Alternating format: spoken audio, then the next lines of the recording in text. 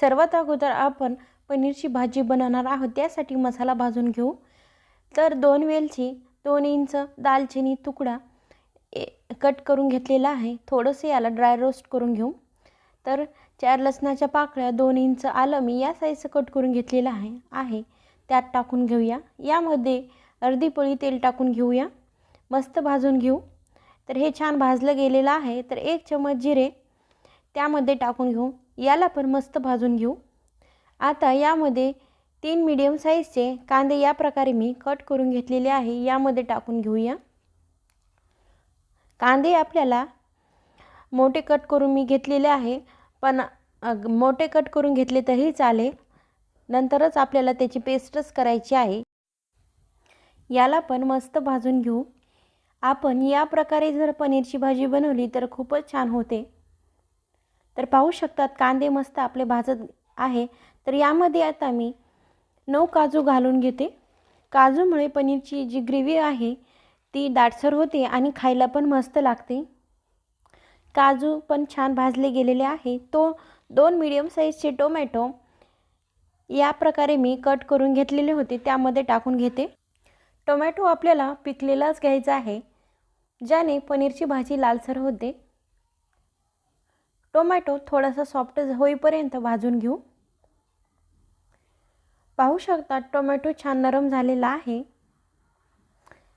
आता गॅस बंद करून घेऊ। हे सर्व साहित्य भाजले गेलेलं आहे, तर एका प्लेटमध्ये काढून घेऊ।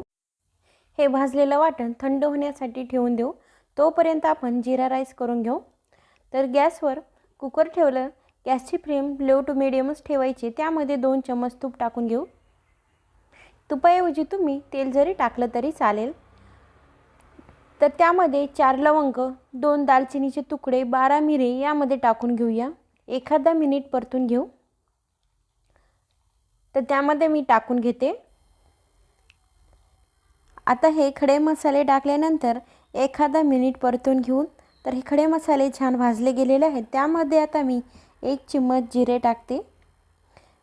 जिरे छान फुलले की त्यामध्ये राईस टाकते। तर दीड वाटी बासमती राईस मी स्वच्छ पाण्याने धुवून घेतलेला आहे, त्यामध्ये टाकून घेऊया। तर राईस तुम्ही कोणताही घेतला तरी चालेल। आता आपण 2 मिनिट असंच राईस परतून घेऊ। यामध्ये पाणी टाकून घेऊया।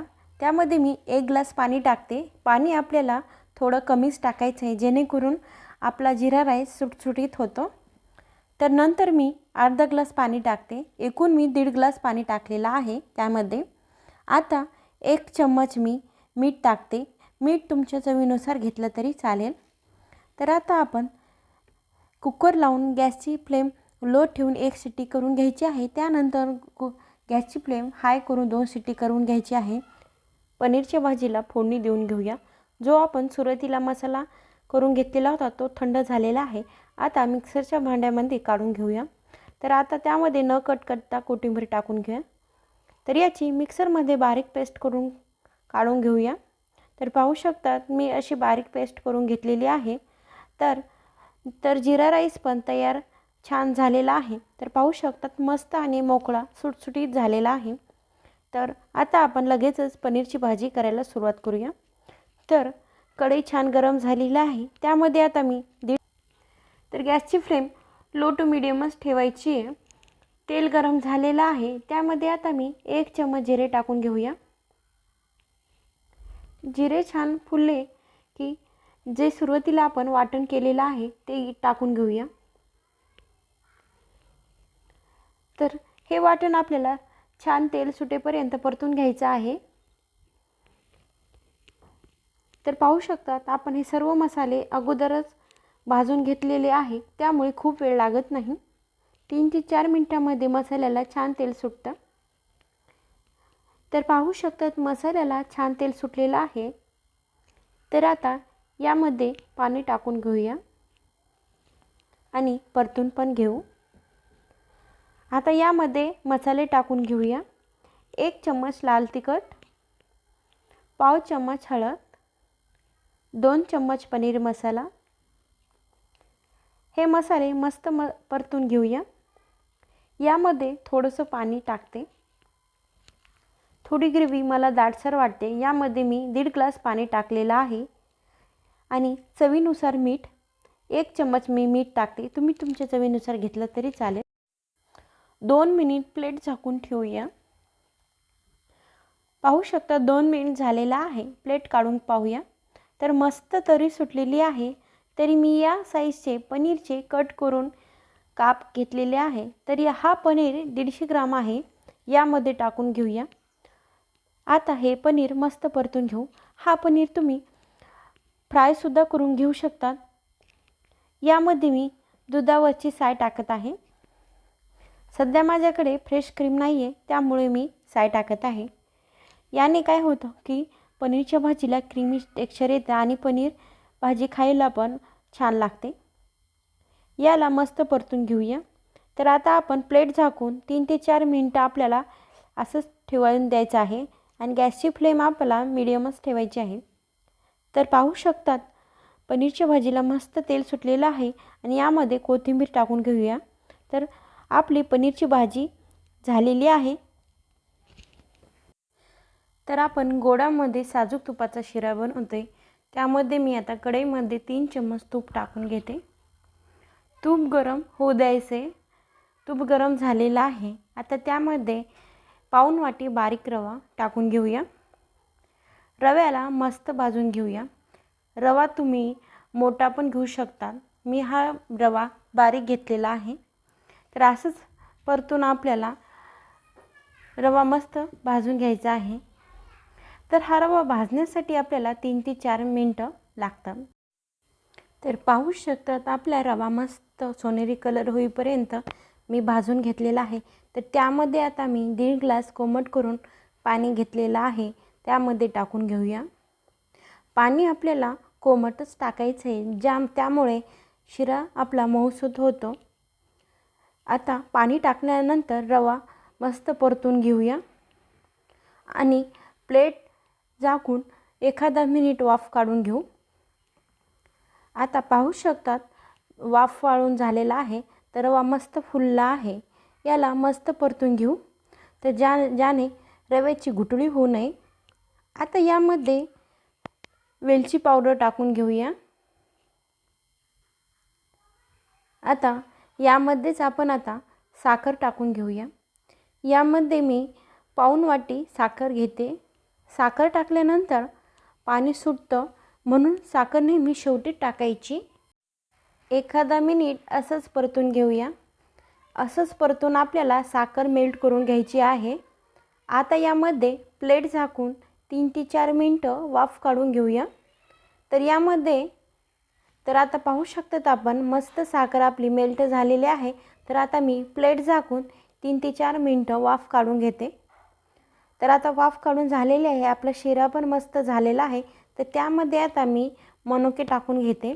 यामध्ये तुम्ही तुमच्या आवडीचे ड्रायफ्रूट्स घातले तरी चालेल। तर मनुके घातल्यानंतर मस्त परतून घेऊ। तर तयार आहे साजूक तुपातला शिरा।